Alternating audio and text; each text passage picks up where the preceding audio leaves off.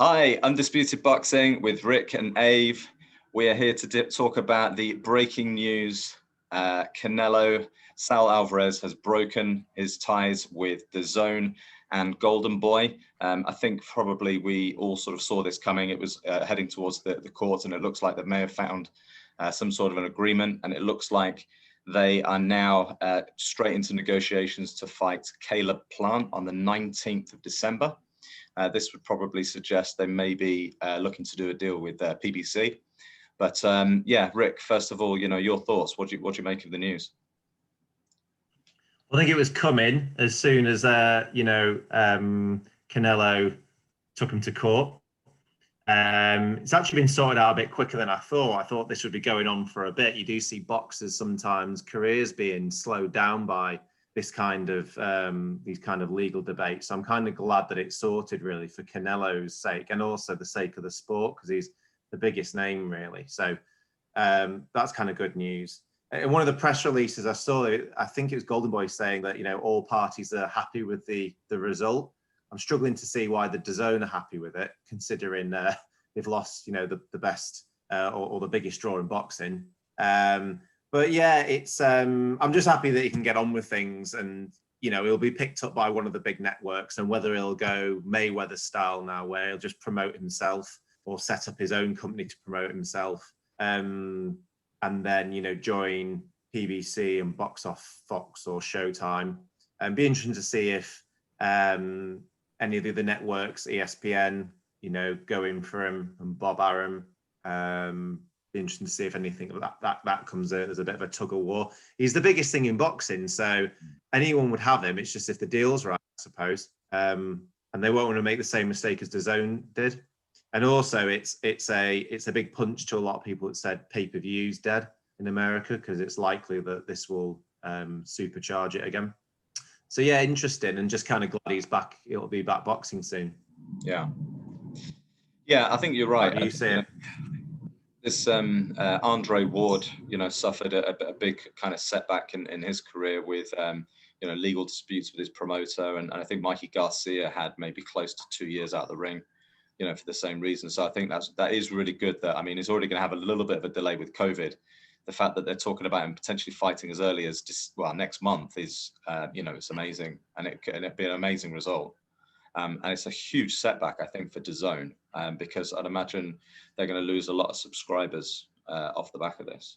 What would be your sort of best guess as to where you think he'll end up?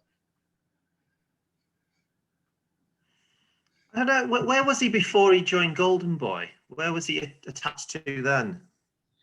I don't think. It's difficult for me to be clear on that, because I know that he started really young. He turned pro at like 15, 16. He's had 53 fights now. At 30, he's had an unbelievable career. I think Golden Boy and Oscar De La Hoya picked him up pretty early. And I say it's a kick in the nuts for Dazn. It's a massive kick in the nuts for Golden Boy, because he was really there. It's huge for Golden Boy. It's probably worse for Golden Boy. Probably worse. Yeah. Because you got to think, at least Dazn have not just other boxers, they have other sports, where Canelo was Golden Boy. Yeah. It'll be interesting to see what happens. Hopefully it won't be the end of them, because I think it's important these promotional companies can keep going.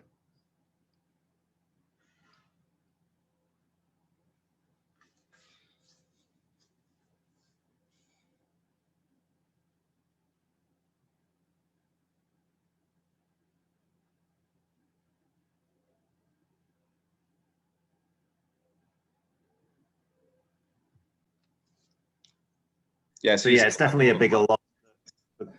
Definitely a bigger loss for Golden Boy. And I never really understood how the contracts work, but I just got the feeling that I think De La Hoya and co. probably thought they could walk away from Dazn with Canelo, but he just sounds like Canelo's just got rid of everybody. So it's a big kick for them. But I imagine PBC are favourites. I imagine that's how it will go. The other thing I think for me is that he's back fighting now, and I think that gives, you know, that's got to be good news for Billy Joe Saunders, and some of the other fighters that were, you know, Smith was potentially going to fight Canelo, you know, back in the game, and lead to some big fights that could involve some Brits next year. That's great news for us. Great news for fight fans. I really do hope so. I think the most obvious for me, I think the most obvious route is that he will go down the kind of the Mayweather model, where he will kind of run his own show, but I think he'll be probably closer affiliated with PBC. And I do think that'll be the better route for him, because you've got, you know, the Charlo brothers are both with PBC. I know that there has been talk about Errol Spence potentially sort of stepping in weight. And I think that could be an interesting fight, you know, sort of further down the line. Obviously, there's talk about fighting Caleb Plant, a super middleweight for the IBF. I think that would be a pretty decent fight actually for December, and then look at maybe one of the Charlo brothers next year. I think that'll be. I think that's really got to be the fight. One of the Charlo brothers and Canelo, I think, would be a really fascinating matchup. But yeah, but we'll see. I do think actually, because of Eddie Hearn's affiliation with the Zone, what that will do for the Billy Joe Saunders and Callum Smith fight. You know, if he does get into bed with PBC, then they're really going to only have their eyes on PBC fighters and keep those fights in house. So I do think this could potentially be a bit of a blow for BJS and Callum Smith, unfortunately. Yeah, on one hand, it's good he's fighting again, but you're right. If he goes to PBC, they are very in-house, aren't they? And you know, not good for those two. And it also probably kills the trilogy of Triple G. Yeah, which, you know, that is a shame, and I think that would have been a great kind of trilogy as well. That would have been a trilogy for the ages. You know, compare that with, you know, with the likes of Barrera and Morales, and, you know, all those types of rivalries. I really think that could have been built, you know, into, you know, they could have had maybe 3 or 4. But yeah, I think you're probably right. I think Golovkin's coming. When is Golovkin fighting again? I think he's back in December, isn't he? Sure, actually, it's gone quiet on him. But to be fair, do you know what? I'd rather see Canelo fight other people now rather than Triple G. I know there were good action fights. We've seen 2 of them. I know, you know, people can argue about the points and stuff like that, but I just don't have a big thrill for it. I'd rather watch him against a couple of our guys, mainly because of our guys, but then just some other people. Yeah, especially now COVID's lost like a year in your career. I'd prefer people to kind of, you know, go over new ground in a sense. But there's a lot of money in it. Yeah, for sure. So who knows? But yeah, there is a worry that it's going to become very in-house. Yeah. If it goes to PBC, so that could play against them. But then if he wants to become undisputed at a certain weight, has he ever done that? Because he seems to win a couple of belts and move. Nobody's ever been undisputed at any weight, has he? No, I think he actually won his first, because he actually started in the light welterweight, if I'm not mistaken. Probably a lot lower weight category than that. But I think he picked up his first actual world title at welterweight, and then he kind of stepped up to light middle. I think it was Miguel Cotto that he beat at light middle. I mean, he's beaten. I mean, his resume speaks for itself. I mean, it's pretty. But I don't think he has ever unified. I think he's really just kind of gone up through the weights, you know, pretty quickly. I think he's unified. I don't think he's ever become undisputed at a weight. I'm pretty sure he's unified. He may have unified. He may have unified. I know he has close, sort of close relationship with WBC. He always seems to fight for a WBC belt, doesn't he? I think that's yeah, we'll see. I asked because to unify or become undisputed, he's gonna have to fight some of our boys. I would have thought.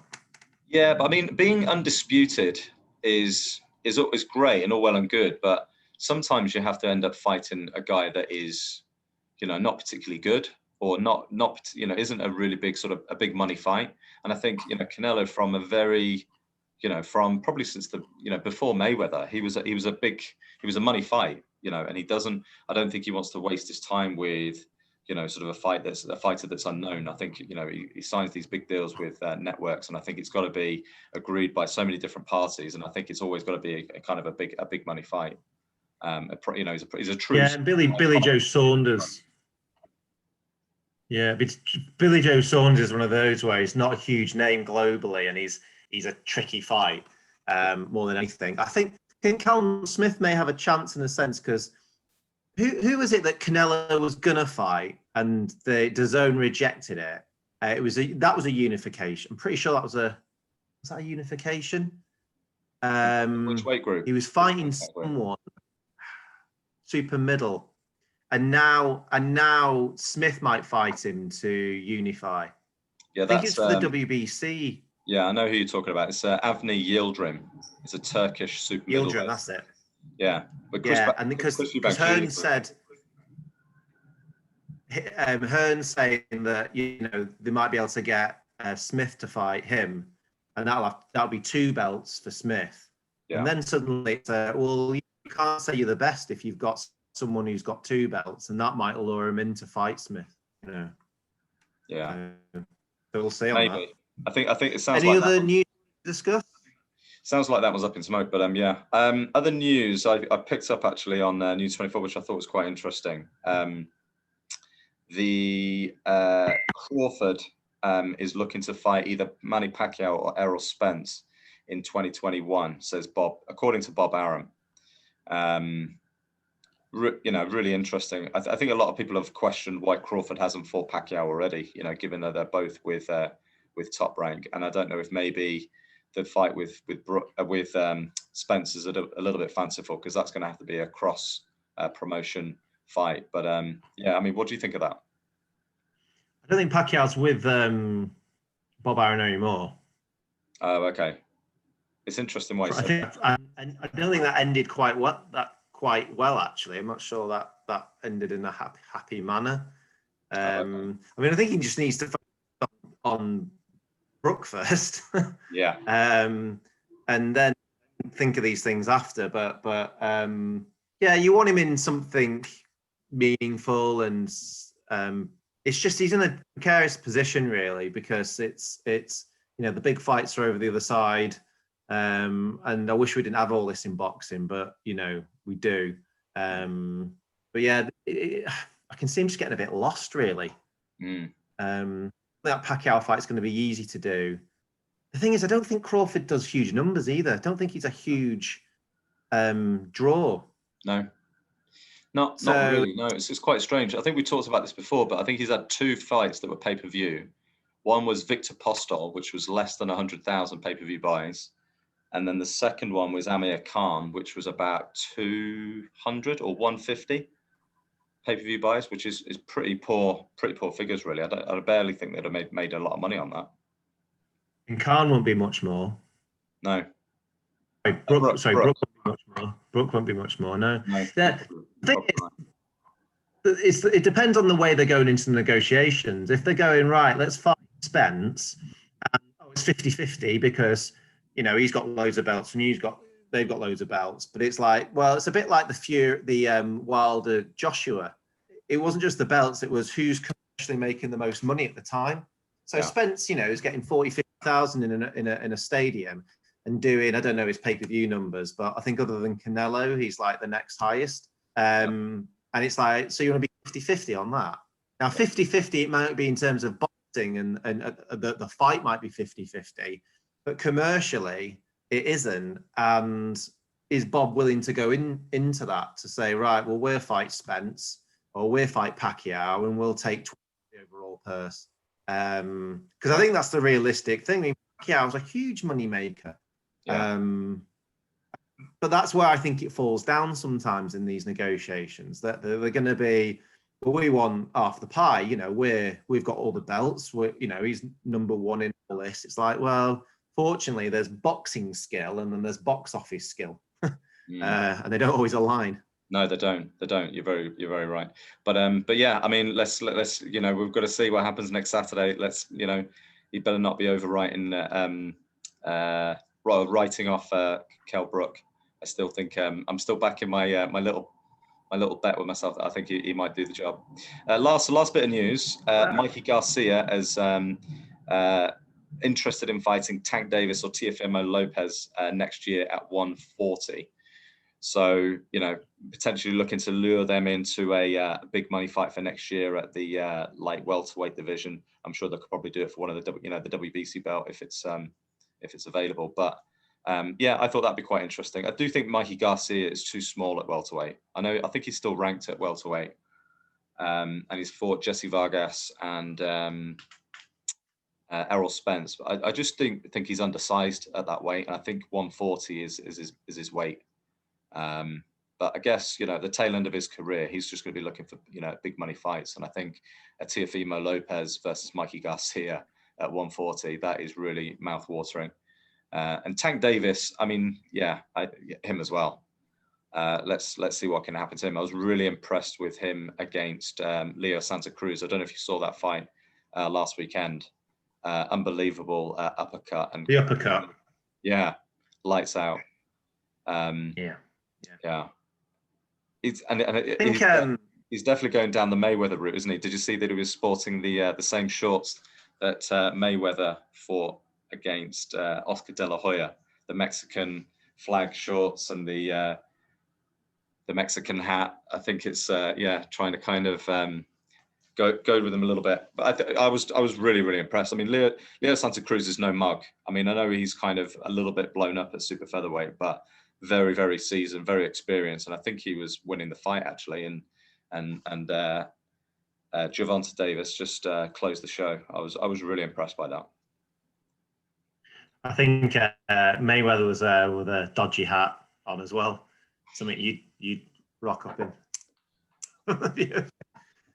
I think you know, they talk about the big three: Lopez, Tank, and Haney. Haney won last night. I just worry. They're all with different promoters and they don't want to take the risk and fight. You know, it's like, has Tank ever been in a 50-50 fight?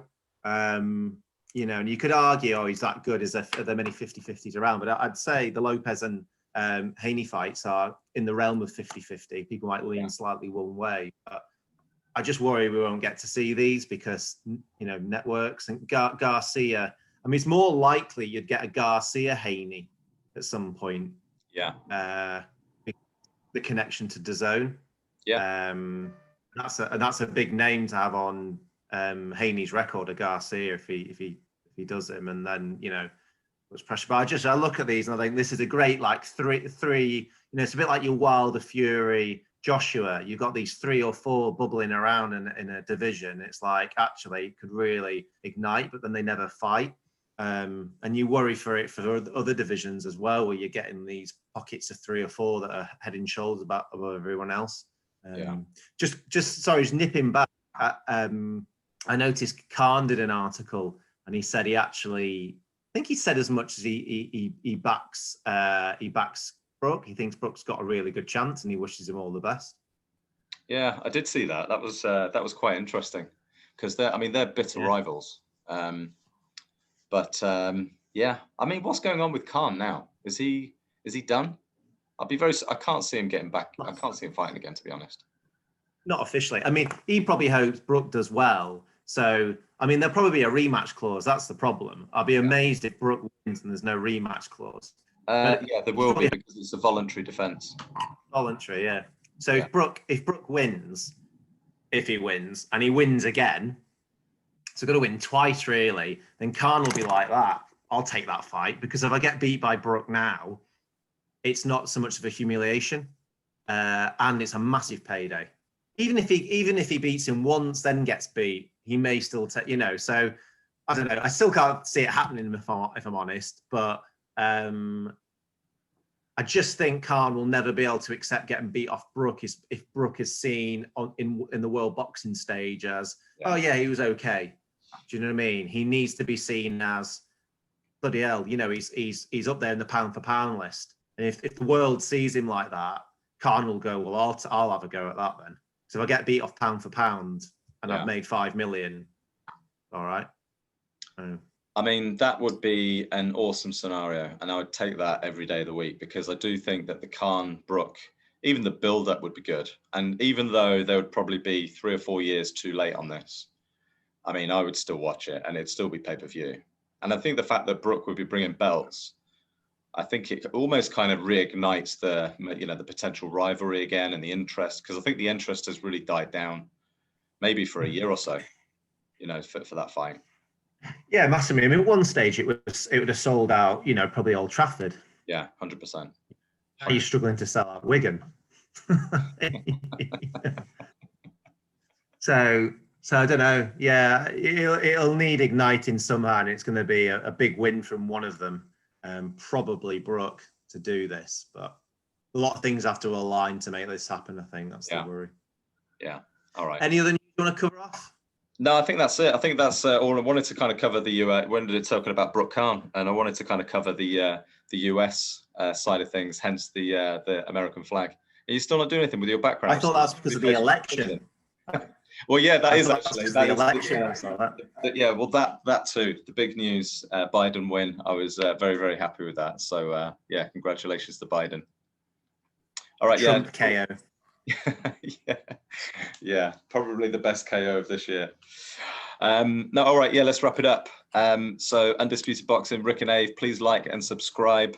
We'll see you soon.